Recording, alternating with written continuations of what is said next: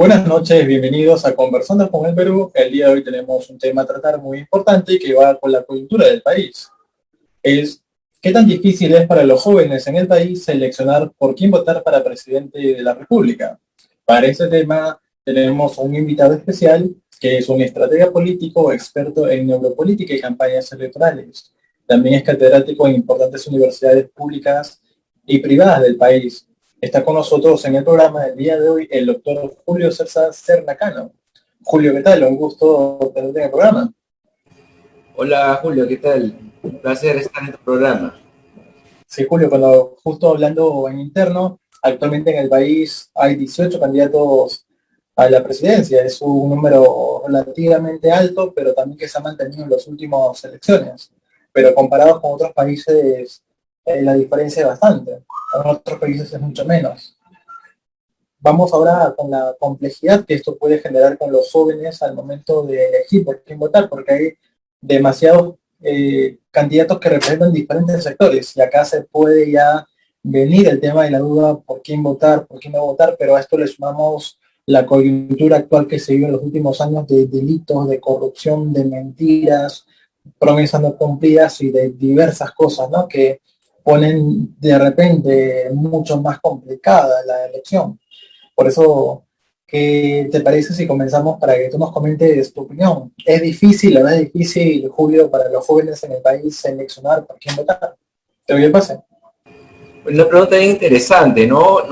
Porque tiene varias partes. Yo voy a empezar por la cantidad de candidatos, abundancia de candidatos que existe en el sistema político electoral peruano. Ojo que no es que a mayor cantidad de candidatos la democracia se fortalece. A mayor cantidad de candidatos es una democracia más robusta, más saludable. Eso es un espejismo en nuestro caso. Es un espejismo, ¿no? Todo lo contrario. Yo creo que a mayor cantidad de candidatos, lo que vamos a tener el 11 de abril es que vamos a ver un voto bastante fragmentado, donde quien gane la primera vuelta no va a tener más allá del 20, entre el 20 al 25%, que va a ser realmente el reflejo de cuántos electores están apoyando esa candidatura. Entonces,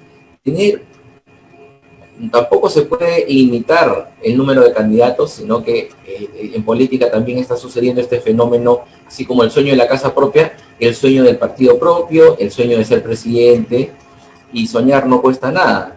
Tenemos una excesiva cantidad de candidatos que en lugar de fortalecer la democracia, la van a fragmentar.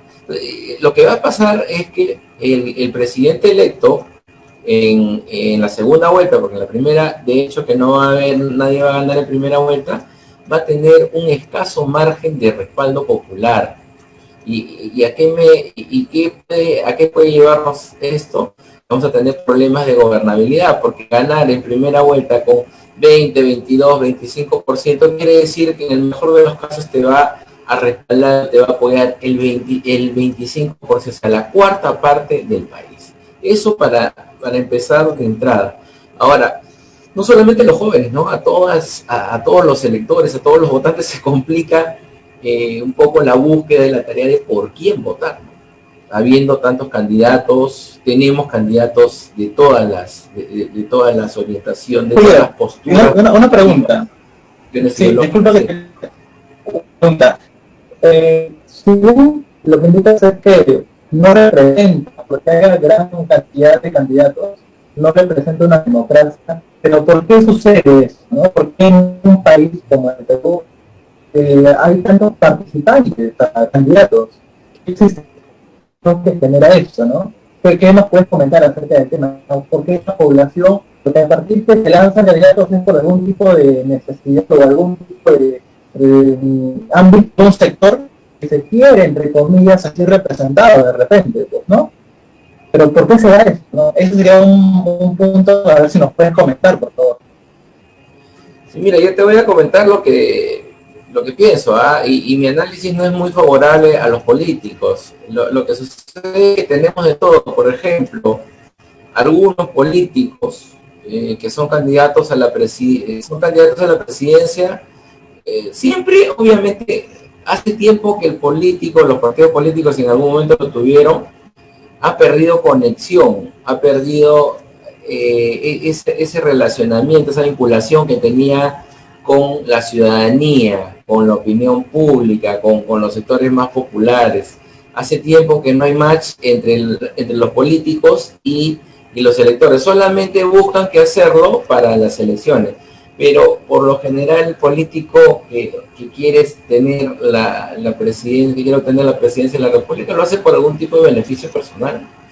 De beneficio para un grupo de interés que está apoyando su candidatura, que vio este tema como una especie de proyecto, que vieron que ser presidente en el Perú no es nada difícil, porque te buscas un vientre de alquiler, que puede ser cualquier partido político, de derecha, de centro, hasta de izquierda, y armas tus listas en las distintas regiones, postulaste, armaste tu campaña y metiste gente al Congreso si es que no ganaste las elecciones.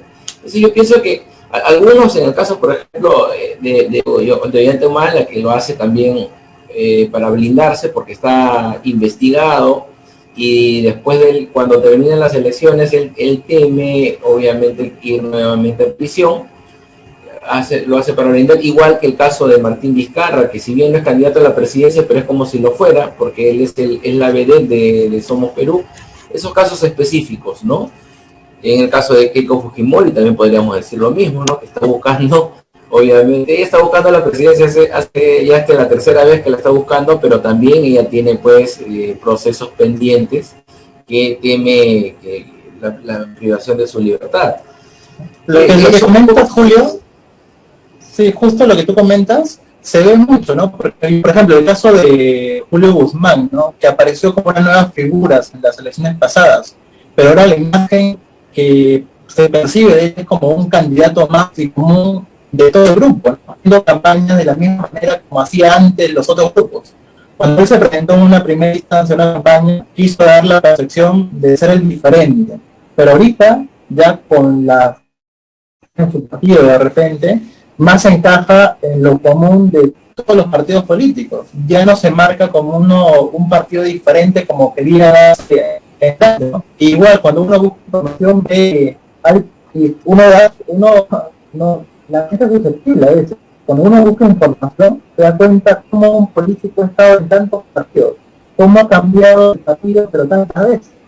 Y eso el caso no es decirlo coherente, ¿no? Porque no todos los partidos políticos tienen una misma forma de ver las cosas. Se podría dar tal vez unos cambios, pero cambios tan radicales como el caso de Salaverry, pues, ¿no? El señor Salaverry estuvo en el partido fujimorista apoyando con todo en contra, después estuvo en otro partido y ahora está concursando, como tú dices, junto a Martín Vizcarra, que está buscando ahorita de alguna manera entender a la población, ¿no? Brindarse, ¿no? Mira, lo que dices tú es muy interesante y muy cierto, porque los dos casos que has comentado, primero te comento el último caso que es Daniel Salaverry, nace en la política en el partido aprista, él es aprista de nacimiento. Entonces, él es trujillano y en el APRA no quisieron darle la oportunidad para que sea candidato a la alcaldía provincial. Fue candidato a la alcaldía, una alcaldía distrital, me parece, en Trujillo. Se peleó en el APRA porque no le quisieron dar la oportunidad de ser candidato a la alcaldía provincial y ahí es donde se hace candidato con el partido, con Fuerza Popular. Y luego es electo congresista y ya cuando llega acá al Congreso, preside el Congreso inclusive, está con la facción de Fuerza Popular de Keiko Fujimori y posteriormente termina peleado, ¿no? Y se pasa al lado de Vizcarra, ¿no? O sea, que tenía el poder mayor, ¿no? Es el típico caso de un mercenario de la política, él es un mercenario de la política. En el caso de Guzmán parecía más inteligente cuando apareció, pero al final, como dices, es más de lo mismo, ¿no?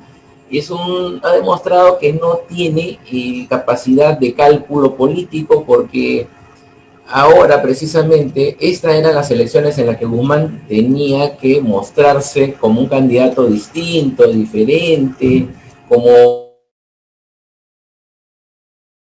en muchos sectores, no solamente de los sectores populares, vulnerables, en situación de pobreza, de riesgo social, sino de una gran mayoría de la pirámide de electores del país, como el nivel socioeconómico C, por ejemplo, pero se despintó, y se despintó no solamente porque el presidente interino del Perú, Francisco Sagasti, es del Partido Morado, sino por una serie de cosas que vienen sucediendo en la política nacional, pero si Guzmán hubiera tenido una mejor capacidad de análisis prospectivo, hace unos meses atrás, cuando se dio la vacancia, no le costaba nada abstenerse de no participar en la elección para el nuevo presidente interino. Él quiso todo, ¿no?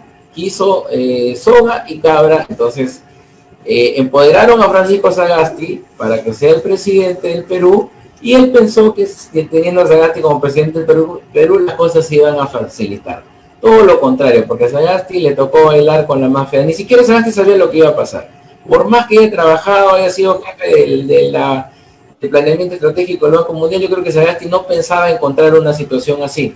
Ahora, Sagasti también ha demostrado pues que podría ser un buen técnico, un buen docente universitario, reconocido, que tiene muchas distinciones y publicaciones, pero en tema de gestión pública, de administración del Estado, está tan novato como muchos de los candidatos que están postulando, porque se le están yendo las tortugas, ¿no? Claro, encontró una serie de deficiencias que encontraría cualquier otro candidato o cualquier otro político que haya asumido la presidencia de manera interina. Ahí, por ejemplo, un comentario, ¿no? Se decía que este pequeño lapso de gobierno, cuando asumió Sagasti, que era un gobierno corto, iba a ser un gobierno fácil. Los comentarios que hubo de la prensa, de los especialistas políticos que salían en televisión, eran que era un gobierno de transición, pero se daba a entender como si esto fuera muy sencillo, por así decirlo, solo como que piloto automático para que ya lo maneje, pero en verdad eso es un poco incrédulo, pues, ¿no? O sea, es un país en un estado de emergencia, por más que sean pocos meses, es como que tú dices, ya tienes pocos meses para gestionar algo y mantener lo que esté enrumbado. Eso ahí, para las personas que pueden saber el tema, no es nada sencillo, ni siquiera mantenerlo en piloto automático, más aún en un país donde hay antecedentes de una gestión donde hubo mucha incertidumbre de cómo se manejaban las cosas, donde poco a poco se iban descubriendo más cosas, ¿no? Y ahora con todo lo que ha salido acá, si bien como tú dices, se quiso agarrar soga y cabra, no se midió a ver si era estratégico o no estratégico, qué tan delicado iba a ser asumir esa posición, ¿no? Porque si hubiera sido algo tal vez donde no iba a ser algo tan complicado, por así decirlo, ¿ya? Capaz podían asumirlo, pero yo creo que pecaron de mucha confianza de repente, pecaron de tener mucha experiencia para verlo y salieron al revés, pues, ¿no? Porque si bien como dices, justo una de las características en un reportaje, una entrevista que hacen a Gil Grant, por ejemplo, en la opinión de él, indica que una de las características del presidente es que tiene que dar carácter. Y ya eso es una de las, para el Perú. Pero acá Sagasti, lo que a percepción de algunos, ¿ya? Da a entender es que todo es difícil, dice de palabra, dice de opinión, que él va a tener mano dura, pero no hay una coherencia entre lo que dice y entre lo que se percibe. Entonces ahí como que hay un tema como que no se comprende claramente, ¿no? Las cosas. Pero acá también viene otro punto, ¿no? Los asesores políticos de cada partido. Porque si bien acá no solamente son los candidatos son los que toman decisiones, ¿no? También hay un tema de un equipo atrás. Se pudo haber aprovechado todo este tema de una mejor manera políticamente, ¿no? Al igual que Keiko cuando tuvo mayoría en el Congreso, políticamente no se tomó una buena estrategia de cómo aprovechar esto para el futuro de su partido, digamos, y todo salió mal. ¿Qué pasa acá, no? ¿Por qué es tan complicado el tema? La política es tan complicada acá en el Perú, como se ve que los partidos como el APRA, por ejemplo, que ya no tiene representación, no tiene una presencia actualmente, pues, ¿no? ¿Qué tan complicado, cómo está pasando entre comillas, escenario actual de la política? Cada vez hay partidos nuevos, y los anteriores van desapareciendo. Bueno, es una ley natural, ¿no? Una ley natural de renovación progresiva de candidatos. No todos los candidatos son eternos. De una elección para otra hay cambios, aparecen nuevos candidatos. Pero antes de responderte lo último, quisiera terminar con lo anterior, con la primera parte de tu pregunta, de esta pregunta que me dices. Yo creo que los gobiernos de transición son los más difíciles que hay. Y es una falacia creer que hay que mantener el piloto automático 10 meses, 11 meses, 8 meses, 9 meses. Mira, pareciera que la historia fuera circular. Hace 20 años, un poquito más, cuando también se dio una vacancia presidencial, precisamente el Congreso no acepta la renuncia de Alberto Fujimori y lo vaca por incapacidad moral cuando se había fugado, pues después de una cumbre hacia el Pacífico. Fujimori se había fugado a Japón porque ya tenía planificado, o sea, no fue algo fortuito, ni algo casual, ni algo espontáneo que se le ocurrió en ese momento. Él había planificado, se llevó maletas con lingotes de oro del BCR, se llevó una serie de recursos del país, se robó una serie de recursos del país y se fugó al Japón, ¿no? Eso no lo sabe tal vez mucha gente joven, pero ingresen, hay fuentes donde esto está descrito. ¿Qué sucede? Que el que asume la presidencia interina o el gobierno de transición lo asume Valentín Paniagua, pero Valentín Paniagua era un hombre inteligente, político inteligente, porque se rodea, conforma un gabinete donde articula distintas fuerzas políticas, ¿no? Invita probablemente a lo mejor que había en ese momento, no solo en la política, sino hace un equilibrio y conforma un gabinete tecnopolítico, entre técnicos y políticos, y invita a los mejores cuadros que había. Yo pensé que Sagasti iba a hacer lo mismo.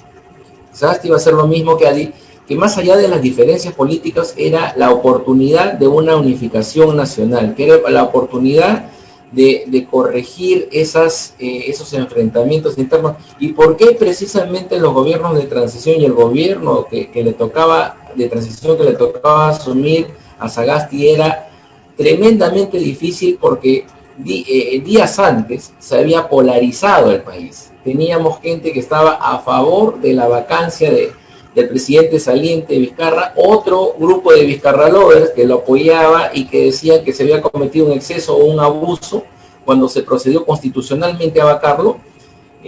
Algunos que defendían a Merino, que fue presidente por 5 días, una semana, la mayoría que no se sentía representado. Entonces había una tensión, una conflictividad, no solamente social, sino también psicopolítica interna, y eso era un peso tremendo que tenía. Lo primero que tenía que manejar el presidente Sagasti, además de, ojo, que nos encontramos en una situación de pandemia, de rebrote, de crisis económica, de deseo de reactivación económica. Entonces, yo creo que le ha tocado vivir una de las etapas más difíciles de la historia del Perú a Francisco Sagasti. No lo estoy haciendo, no digo esto por favorecerlo, sino todo lo contrario.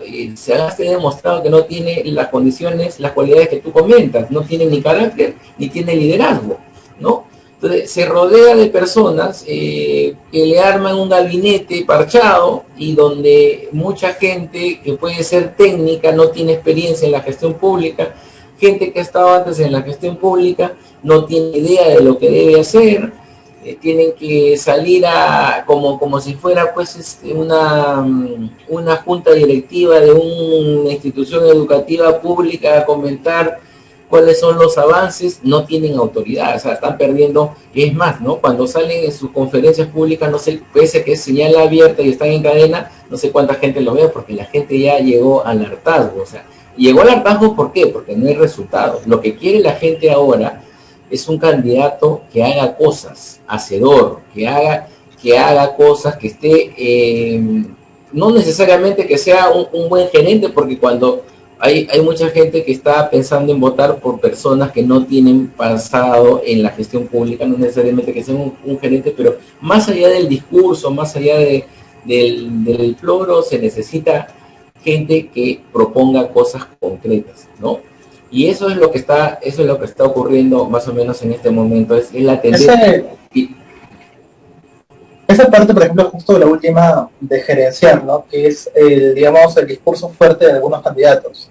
En algunos empresarios que se representan con los candidatos que indican que, que vienen de hacer empresa y quieren poner directamente su experiencia ahí, ellos lo ven desde el punto de vista de ella, perfecto, tiene experiencia en empresa, grandes proyectos, capacidad de gestión, tema de decisiones rápidas, problemas a cada momento y resolver, ¿no?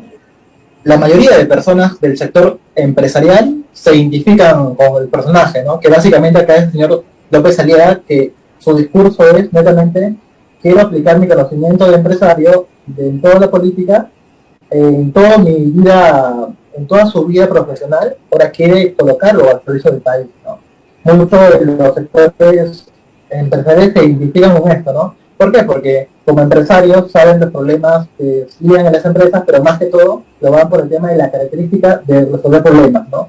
Pero esto solamente sería una característica. Pero justo hablando en el tema fondo, que es el tema de qué tan difícil es seleccionar al candidato, es cómo saber uno, a ciencia cierta, o elevando la probabilidad de certeza, que nos dicen la verdad.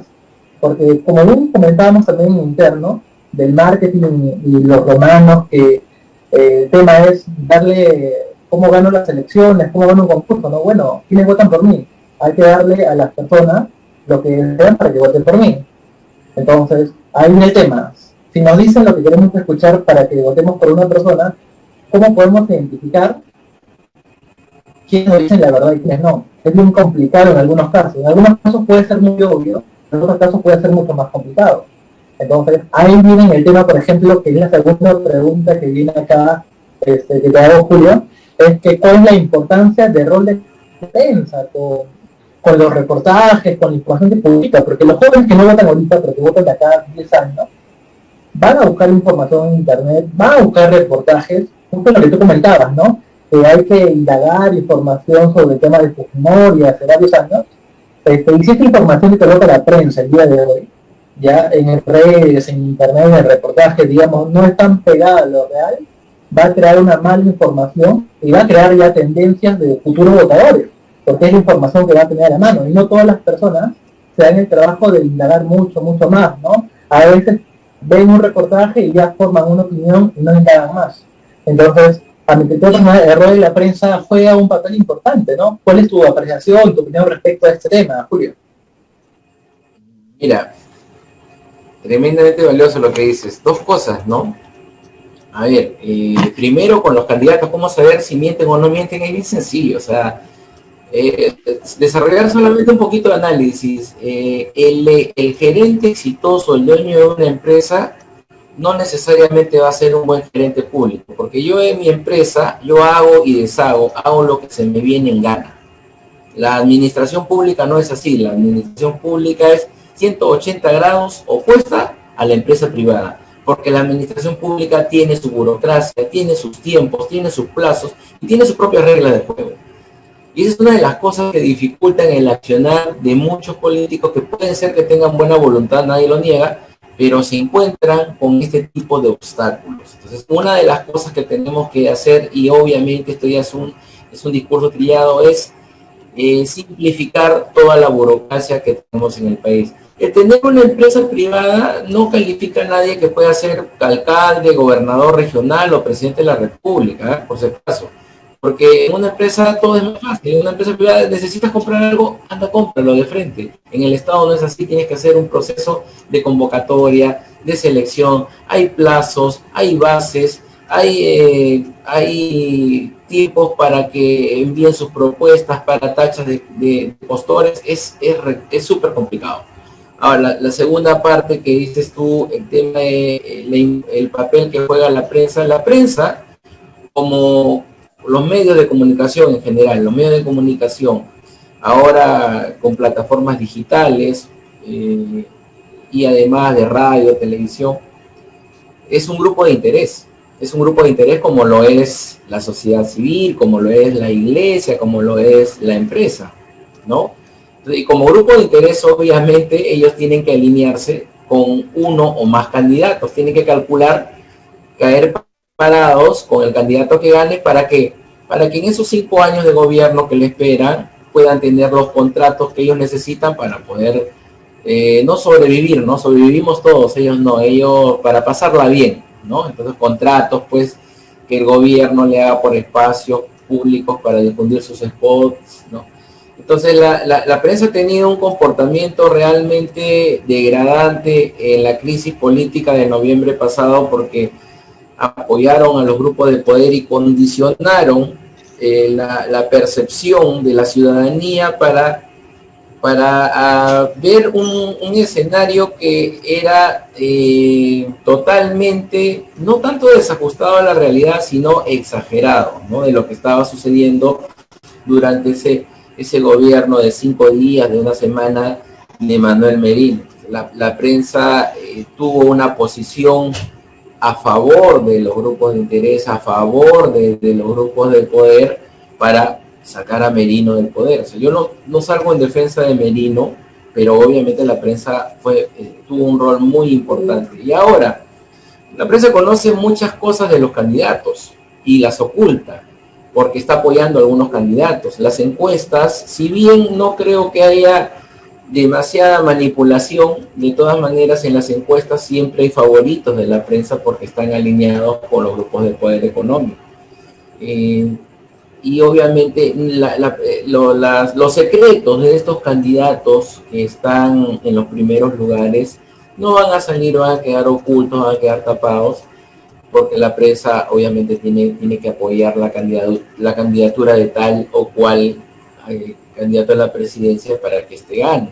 Entonces juega un rol muy importante, pero yo creo que la prensa ha perdido hace mucho tiempo dos cosas: dignidad y ha perdido ética, ¿no? Porque se vende el mejor postor, se subasta, ¿no? Se subasta el mejor postor, y ahora tenemos ese riesgo que si nosotros queremos información, tenemos que buscarla. Deben haber, no solamente la información que estamos buscando, no solamente está en los medios de comunicación, también hay otro tipo de páginas especializadas, de blog, de páginas de Facebook, donde hay análisis neutrales. No abundan, no es lo que más existe en este país, pero de todas maneras se puede encontrar para ir formando una opinión, sobre todo los jóvenes que no tienen, digamos, mucha cultura. Y esa es una de las cosas que debemos... Ese es el punto, la tercera pregunta, Julio. La educación y la cultura política, si bien en los colegios se está desarrollando una asignatura de cultura cívica ciudadana, debemos fortalecerla, ¿no? Que no solamente sea en el colegio, sino también en la universidad, ¿no? El tema viene con la siguiente pregunta, ¿no? ¿Qué tan preparados están los jóvenes para emitir un voto responsable? ¿Qué se puede aplicar en el país para que tal vez en los colegios fortalecer los cursos de educación cívica para que cuando lleguen a los 18 años puedan emitir un voto responsable, ¿no? Particularmente yo a los 18 no tenía un interés tan alto como lo tengo tan ahora, de la responsabilidad de lo que es un voto, ¿no? De analizar, investigar, ver por quién dar un voto para el futuro del país, ¿no? ¿Cómo podemos fortalecer este sentido en los jóvenes que comienzan a votar? Es una pregunta bien importante porque yo creo que en primer lugar yo me solidarizo con todos los jóvenes del Perú, ¿no? O sea, me imagino que deben sentirse en una situación de incertidumbre, de inseguridad por quién votar, ¿no? Hasta, mira, hay un estudio del Jurado Nacional de Elecciones el año pasado de las elecciones complementarias, de las elecciones congresales extraordinarias, donde da que casi el 40% del electorado espera la última semana para definir su voto. Yo creo que en esta ocasión no va a ser el 40, sino creo que por lo que vemos en las encuestas estamos hablando de más del 60% que está esperando, va a definir su voto en la última semana, y de ese 60% probablemente la mitad o más del 50% de ese 60% va a esperar hasta el último día. Entonces, ser joven en el Perú tampoco es tan sencillo, porque uno, el joven está terminando de estudiar, y si no tiene posibilidades tiene que trabajar o buscar que incursionar en algún oficio para el que no está preparado, tiene que insertarse, tiene que estudiar una carrera técnica, o si tiene recursos estudiar en una universidad, pero tampoco la universidad forma líderes o forma criterios para desarrollar una educación y una cultura cívica ciudadana. Por eso digo que la educación, la asignatura de cultura cívica ciudadana no solamente se debe enseñar en la escuela, sino también en la universidad. Muchos jóvenes son permeables a las opiniones del entorno familiar, ¿no? Por quién va a votar el papá, por quién va a votar la mamá, se identifica con uno de ellos y lleva a las ánforas el mismo voto. Y a veces los padres no son los mejores informados. Una recomendación, como si fuera un equipo de fútbol, ¿cierto? A mi papá en la U, fue alianza. Un voto por herencia, más o menos, ¿no? Y no tiene que ser así. O sea, yo no tengo que votar por el candidato o la candidata que votó mi papá o mi mamá. Eso, y no votar por el candidato que votó mi papá o mi mamá es portarse mal, o es un acto de rebeldía. No, el voto joven es más que importante.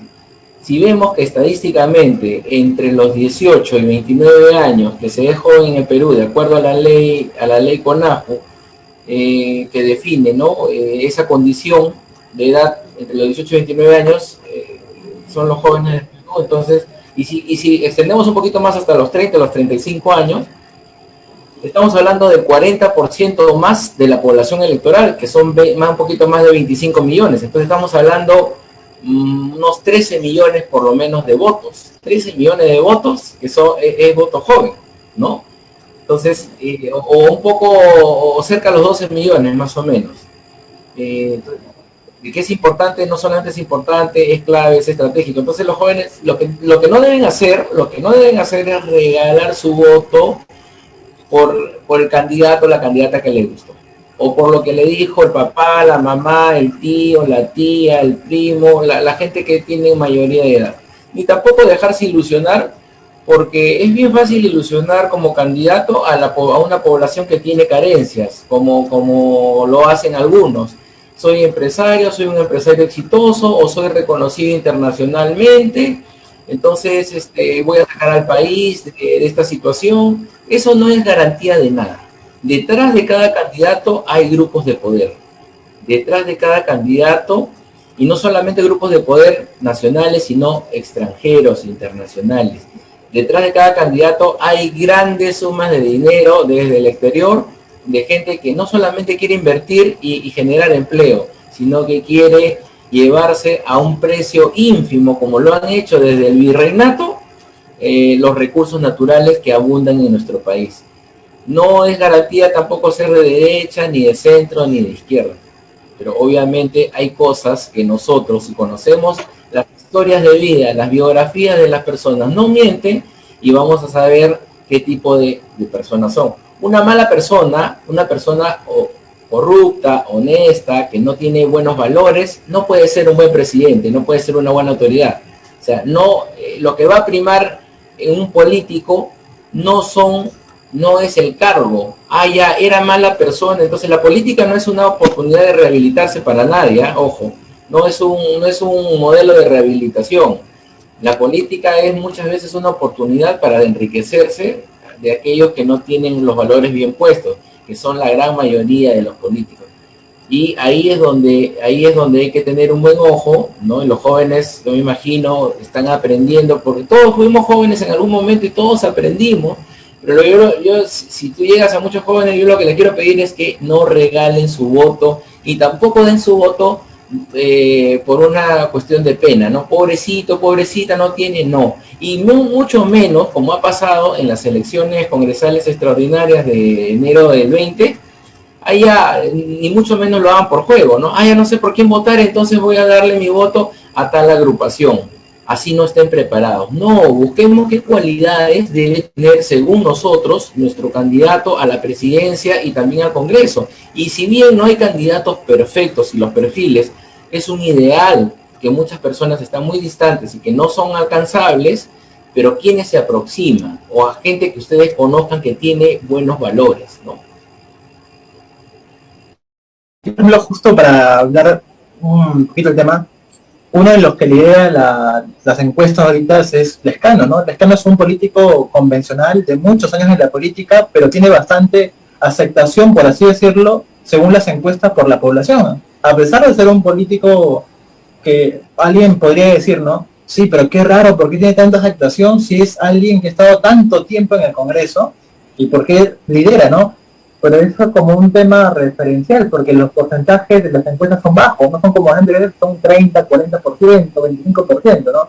Todos están en un nivel de porcentaje 10, 12, 13. Lidera, pero en ese, digamos, en ese margen, ¿no? Pero se puede confiar en políticos que han tenido tanta trayectoria y por algún motivo, porque lo que se entiende es lo siguiente, ¿no? Ya, pero ahora con mayor poder, en un cargo mucho más alto, recién puedo yo colaborar mucho más. Que básicamente es una perfección que se puede entender, pues, ¿no? Mire, yo lo que invito a que a tu audiencia, a tu público que ve tu programa, es que haga un ejercicio bien sencillo, que haga una relación, que correlacione el político con la persona, que no lo disocie, ¿no? ¿Cómo es como persona y cómo es como político, ¿no? No veamos a un político inalcanzable y a una persona común y corriente, no lo separemos, veamos como un todo. Entonces, si como persona, es una persona que no tiene valor, no lo digo por Leonel Lescano, ojo, lo digo por todos en general, una persona que no tiene valores, que está involucrado en escándalos, que tiene rabo de paja, que ha estado en actos de corrupción, entonces, como persona, ni como persona, ni como político. Lo que pasa es que votamos, y este es un tema ya que lo estudia la psicología política, votamos por el candidato con el que nos sentimos identificados, que no necesariamente es el mejor candidato. A mí me gustó la candidata X, me gusta cómo se expresa, la fuerza con la que pronuncia, los gestos que hace, lo convincente que es, que se le nota que tiene carácter, que tiene una propuesta de transformar el país, entonces yo voto por la candidata X. O tal vez, como hace la gran mayoría, ¿por qué? Como dice la pregunta tuya, yo le encontré una respuesta muy rápida, que es una respuesta bastante simple también, pero que yo creo que tiene mucho que ver con lo que está pasando en este momento. ¿Por qué la gente, como dice, si está buscando, si la tendencia actual en el electorado es buscar a un candidato que no tenga pasado político, o que tenga poco pasado político, y que esta experiencia haya sido significativa por lo menos, por qué está en el primer lugar Leonel Lescano, que es un político convencional, ¿no? Es que obviamente elegimos por identificación. El electorado peruano es convencional, es tradicional, es conservador, es un electorado muy conservador. Si viene alguien con ideas de que, oye, vamos a nacionalizar el gas, o vamos a hacer una nueva constitución, se asusta todo el mundo, pues, ¿no? Se asusta todo el mundo, así eso sea una necesidad de país. Si viene, pero también hay muchos candidatos, y Lescano es uno de ellos, que han tenido una lectura de lo que está pasando en el electorado. No solamente los electores miran las cualidades de los candidatos para votar, sino también que los candidatos y sus equipos de campaña, sus asesores, miran cuáles son las necesidades de los electores y en función a ello construyen la imagen del candidato, ¿no? Eso es lo que se hace en el marketing político. Entonces, ¿qué es lo que está viendo? Que ha habido siempre en los sectores populares, sobre todo, ha habido mucha demanda popular. Lo que pasa es que antes los candidatos no conectaban con esas demandas populares, pero desde hace algunas elecciones atrás, ya los candidatos están, oye, ¿qué está pidiendo la gente? Pena de muerte, entonces voy a hablar de la pena de muerte. ¿Qué está pidiendo la gente? Expulsión de los migrantes, entonces vamos a expulsar a los migrantes. Y esas medidas populistas, yo las encuentro en los encuentro generalmente en las organizaciones políticas de centro, y te voy a mencionar cuáles para que la gente se vaya informando. Somos Perú, de Salaverry, el Partido Morado, la Alianza para el Progreso, todas las de centro, ¿no? Y también, bueno, ni qué hablar pues de Forsyth, de López Aliaga, y también en Lescano. Lescano también, Urresti también es otro tipo con un discurso populista, con un discurso violentista. En las elecciones pasadas estaba UPP, por eso tuvieron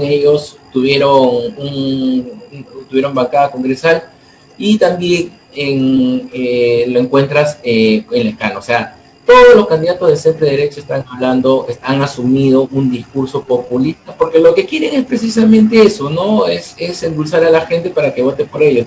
Pero, por ejemplo, hay un caso como es el FREPAP, que no he hablado todavía del FREPAP, bueno, algo he dicho por ahí en la entrevista, pero el FREPAP el año pasado, en las elecciones del 2020, ellos fueron los primeros sorprendidos de pasar la valla y de llegar al Congreso, aunque el FREPAP, ojo, que tiene un voto oculto, porque ellos es un partido que se constituye a partir de una secta religiosa, ¿no? Secta religiosa, no religión, ¿no? De una secta religiosa. Antes de continúes ahí para dar pie al paso del FREPAP, porque en las elecciones pasadas no figuraba en ninguna encuesta, solamente en una, pero actualmente el FREPAP ya figura en varias encuestas. Entonces la tendencia que se podría sacar es que podría haber incluso más congresistas de FREPAP que en la última elección de congresistas. Podría ser, porque ya están figurando más que antes. No tienen candidatos a la presidencia, pero tienen candidatos al Congreso. Es un caso atípico y muy interesante para el estudio de la ciencia política y la psicología política. O sea, ¿por qué cuántas agrupaciones que tienen candidato a la presidencia no van a pasar la valla, y una agrupación que no tiene candidato a la presidencia y nadie conoce quién va, y nadie conoce porque solamente se conocen entre ellos y su vecino será, ¿no? Y sus familiares, va a llegar y probablemente tenga una bancada mayor que la que tiene actualmente en el Congreso? Bueno, tienen el derecho, o sea, esa es democracia, pues, ¿no? Esa es democracia, o sea, no están impedidos de postular, no están impedidos de ser electos congresistas y también de ganar un sueldo como que gana cualquier otro congresista, muchas veces sin tener las calificaciones que pudiera tener otros políticos, ¿no? Porque una de las cualidades que busca el elector peruano es sentirse representado, pero obviamente también ellos van a representar a un sector que es el sector de su iglesia. Te decía esto en la pregunta anterior, porque el FREPAP es una organización política que se construye a partir de una secta religiosa, y obviamente ellos tienen un voto, digamos, por consigna, ¿no? O sea, alguien que forma parte del FREPAP obviamente va a votar por el FREPAP, no va a discrepar con sus candidatos, va a apoyar, ¿no? Y ellos tienen un voto fuerte, eso es un voto asegurado, ¿no? A nivel nacional, ojo, no el FREPAP no es una organización de Lima. Ellos no, es más, no necesitan candidato a la presidencia. Ya bien, ¿por qué el FREPAP ha agarrado, como se dice, ha crecido? Para mí ha crecido en autoestima y ha agarrado valor a partir de las elecciones pasadas, porque dijeron, mira, no necesitamos candidato a la presidencia para que la gente vote por nosotros. Pero ojo, que tampoco en política, la política es como el fútbol, no hay que celebrar el triunfo antes de que termine el partido. Si la vez pasada tuvieron una bancada, es posible que ahora también la tengan, pero no hay que confiarse, y puede ser que la opinión pública pueda cambiar en los últimos días. Todavía estamos a un poquito más de 2 semanas para las elecciones y cualquier cosa puede suceder. Pero en el caso de FREPAP, por ejemplo, yo creo que todo empezó por un tema de movida de los medios digitales, ¿no? En las redes sociales. Yo no quería votar, si no quería votar por alguien de centro, de derecha o de izquierda. Oye, pero ahí está el FREPAP, pues ¿qué tal si votamos por el pescadito? Y empezó hasta como una broma. Y la gente fue haciéndolo tendencia. Ya hay que votar por ellos, ¿por qué? Porque no tienen pasado político, porque no están involucrados en político, o para ver qué pasa. Y además de que ellos también tenían un voto fuerte, como te digo, porque todos sus militantes, todos sus feligreses, a la vez son militantes del FREPAP, y el FREPAP tiene militantes a nivel nacional. Ahora, ¿cuánto puede aportar el FREPAP en un parlamento en estas condiciones actuales? Que tenemos dos condiciones que han superado las expectativas del electorado de años anteriores. Es decir, en la agenda electoral hasta el 2020, los principales problemas del país identificados por la población eran dos: la inseguridad ciudadana y la corrupción. Pero ahora la inseguridad ciudadana y la corrupción han pasado a un tercer o cuarto lugar, porque los temas de prioridad para la población es la reactivación económica y ¿qué hacemos para vacunarnos todos lo más antes posible? Este escenario de pospandemia. Han desplazado a temas anteriormente que venían repitiéndose en las agendas anteriores. Y los candidatos, por eso que los candidatos ahora están enfocando, ¿no? Por ejemplo, alguien dice vacuna para todos, otro bono universal para todos, otro postas COVID, ¿no? Yo no sé cómo serán las postas COVID y si el COVID va a haber toda la vida, ¿no? Si vemos, quienes conocemos el sector, la realidad del sector salud, sabemos que las postas, Dios mío, o sea, si uno no tiene un buen seguro, ir a una posta es, digamos, es un paliativo, pero no va a solucionar ningún problema de fondo, ¿no? Las postas tienen una precariedad y tienen muchas demandas que no han sido subsanadas en ningún gobierno hasta la fecha. Otro tema que es la reactivación económica. Yo voy a generar 5 millones de empleos. Ya, está bien, yo puedo decir que puedo generar 25 millones para todo el padrón electoral, pero ¿cómo lo voy a hacer? Un programa tipo Hambre Cero. Ese Hambre Cero se llamó así en Brasil, que es un programa que ya existe acá, que es el Juntos. No es que desaparezca el hambre, sino es una transferencia condicionada de dinero, como es el Juntos, sino que en Brasil fue un programa del Banco Mundial que se llamó así. Entonces, lo que vemos es que muchos candidatos están copiando y pegando propuestas de otros países que no necesariamente pueden ser replicadas en nuestro país y con los mismos resultados que se obtuvieron, por más que nos parezcamos. Con Brasil no nos parecemos mucho, ¿no? Pero, por ejemplo, con México, con Colombia, pueden traer ideas trasnochadas. Lo que veo ahora es que la mayoría de candidatos no tienen propuestas contundentes para los grandes temas que nos aquejan, ¿no? Los temas de la agenda pública que nos aquejan. Parece más que fueran candidatos a los municipios, porque sus propuestas son desarticuladas. Y peor aún, los candidatos al Congreso no tienen articulación sus propuestas con las propuestas de sus candidatos presidenciales. Lo que estamos viendo pues una pauperización de la política, ¿no? Y la política no solamente se está degradando, sino también cada vez hay menos gente con calidad personal y profesional que está incursionando en la política porque la está viendo como una plataforma de hacer dinero rápido, ¿no? Como para pasar a la última recta y como última pregunta, porque también este tema lo viste en una entrevista anterior que estuvo interesante, de las características para un buen presidente, ¿no? La pregunta sería, ¿qué recomendaciones darías tú para los jóvenes para que puedan seleccionar con premisas respetables, razonables, a un buen presidente, ¿no? Justo se enlaza con esta entrevista, creo que el día de ayer, si no me equivoco, en otro canal, en otro medio, de características de un presidente para el país, ¿no? Por todo el caso, para que nos puedas comentar y también algunas sugerencias que podrías brindar, ¿no? Sí, mira, yo creo que si bien no existe candidato ideal, ¿no?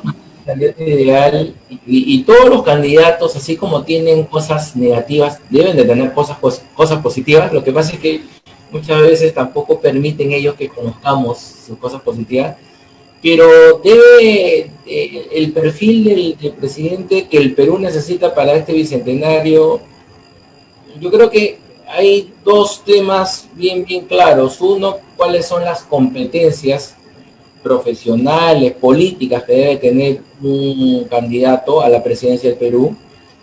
Y porque hay muchos candidatos que no saben ni siquiera por qué están, ni siquiera saben por qué son candidatos, o otros saben que no tienen condiciones y están ahí porque tienen dinero, porque compraron pues o alquilaron la organización política donde están, y otras son las cualidades personales, ¿no?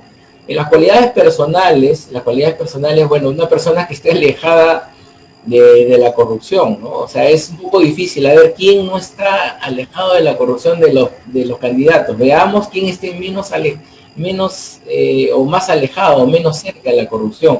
Una persona con carácter, una persona con carácter, sea hombre, sea mujer, que no tenga pues el sentimiento de complacencia por nadie, por el grupo que lo apoya o por las personas que están detrás de ellos, ¿no?